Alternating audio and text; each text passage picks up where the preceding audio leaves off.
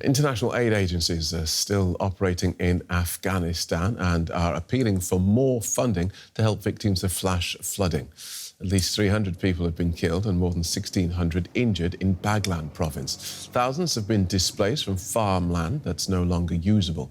The World Food Programme says many of those affected are already in what they call hunger hotspots, and their conditions may soon be catastrophic.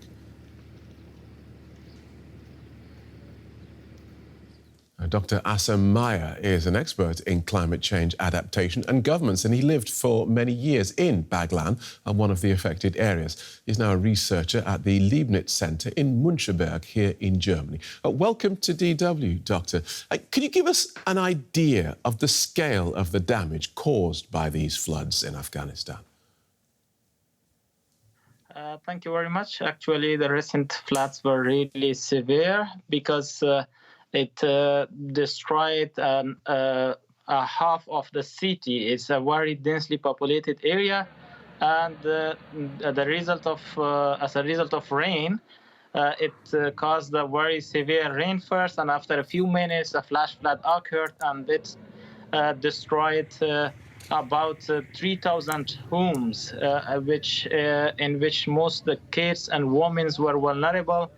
And they were killed more than 300 people only in Baghlan, but also it affected the other side of the mountain, which is in the east, like in Burqa, in Takhar province, in Badakhshan province.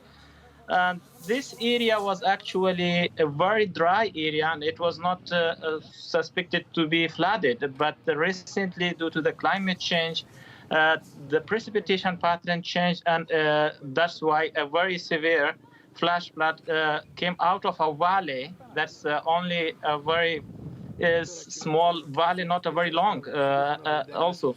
And this was, fortunately, it caused during the day. Otherwise, if it was happening like in Parwan last year or in Logar, it was causing more damages and more casualties. Okay. And what does Afghanistan now need?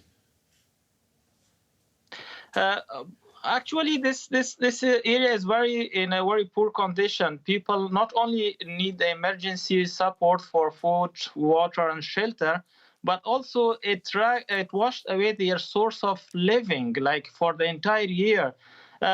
This flood affected their farmlands, their orchards, their shops and markets that they were using to get revenue and using for the entire year until the next crop yield.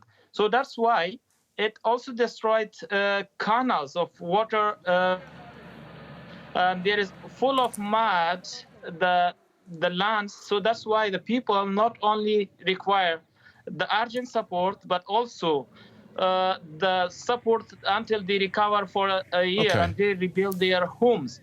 In addition, I would like to add, in addition to this, the people require adaptation to climate change. Like they have to adopt their lives with the climate risk, because now the climate change affects the country continuously, but Afghanistan is not receiving adaptation fund due to unrecognized government. Okay, so I wanted to look at that because, of course, as you mentioned there, the international boycott means the Taliban has been struggling with providing aid in this disaster. They've asked for humanitarian assistance. We will hear from a Taliban official, Dr. Mayar, and then we'll come back to you. Humanitarian help must not be attached to political demands. We have the same view on economic ties. They must not be attached to politics. Therefore, we contacted the UN and other international NGOs on the first day of the incident and asked all donors to provide us financial and technical support. So, Dr. Mayar, clearly the international community doesn't trust the Afghan Taliban. How do you think the world is likely to respond to their requests for assistance? There are different ways. During the Republic, the international community was interacting with the government, and now it's suspended that interaction. But there are also decentralized financial mechanism through which the climate change fund could be delivered to the country through the UN agencies and then implemented through the local partners like NGOs and other organizations. This facilitates the flow of adaptation projects in the country, and this can somehow reduce the risk. The programs should focus on the disaster risk reduction in order to mitigate the losses to the food security, to the social community, and also to the environmental issues. So now Afghanistan is not only affecting gradually, but it's sharply the events